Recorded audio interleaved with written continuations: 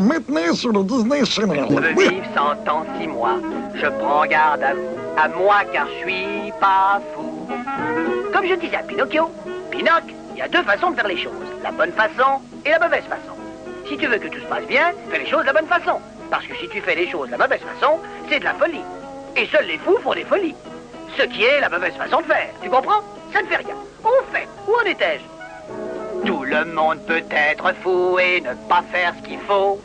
Mais tous ces fous comprennent trop tard qu'ils ne feront pas de vieux os.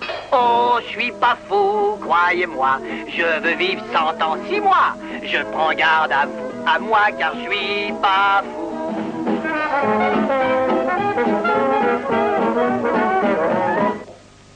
Comme on dit, fini les folies, allons au cœur de la question. Nous y voilà.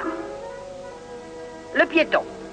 Piéton, qui se dit en anglais pedestrian, est formé de deux éléments d'origine latine.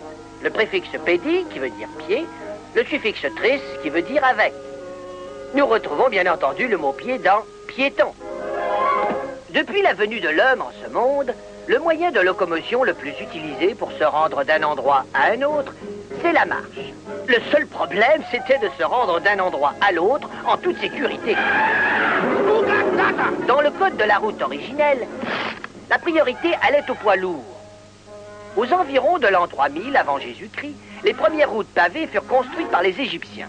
Pour la plupart, ces routes servaient à l'acheminement d'énormes blocs de pierre destinés à la construction des pyramides. Tout le monde en tirait avantage. Tout le monde, sauf le pauvre piéton.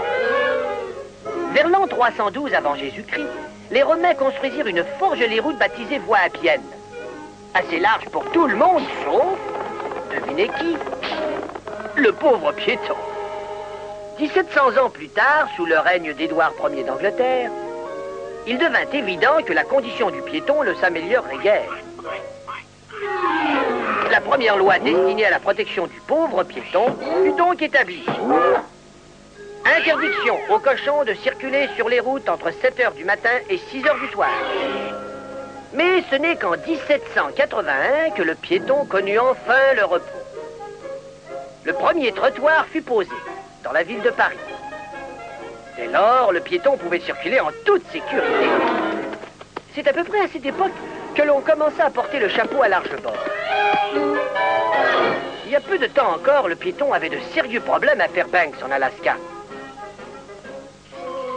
Un décret fut divulgué précisant que les orignaux n'avaient pas le droit de circuler sur les trottoirs de la ville. Le long chemin de croix du piéton semblait enfin se terminer, lorsqu'un jour, quelque chose de nouveau fit son apparition. On inventa l'automobile. De nos jours, malgré tous les problèmes que cela pose, le piéton s'obstine à marcher. C'est toujours la forme d'exercice la plus populaire et de très nombreuses personnes continuent à se rendre à leur travail à pied.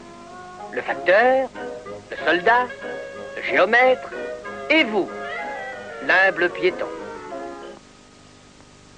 C'est à vous de savoir comment marcher convenablement. À quel endroit marcher et quand marcher. It's up to you. À vous de le savoir. La première chose dont il faut tenir compte, c'est la position du corps. Poitrine sortie, tête relevée, épaules en arrière. Voilà! Une bonne position facilite la marche. Cela vous permet aussi d'éviter certains dangers comme traverser la rue en plein milieu, entre des voitures à l'arrêt. Traverser les carrefours en diagonale. Marcher dans la circulation quand il n'y a pas de trottoir. Dans ce cas, vous devez marcher sur le côté gauche de la chaussée, face au danger.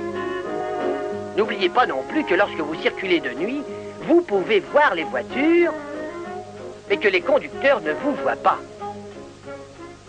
Il est donc prudent de porter quelque chose de blanc.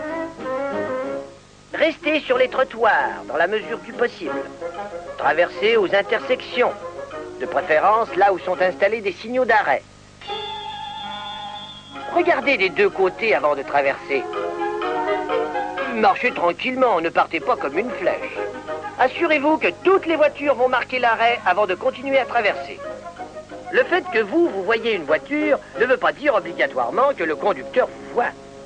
Souvenez-vous que les passages pour piétons ne constituent pas une barrière et que vous devez être sur vos gardes.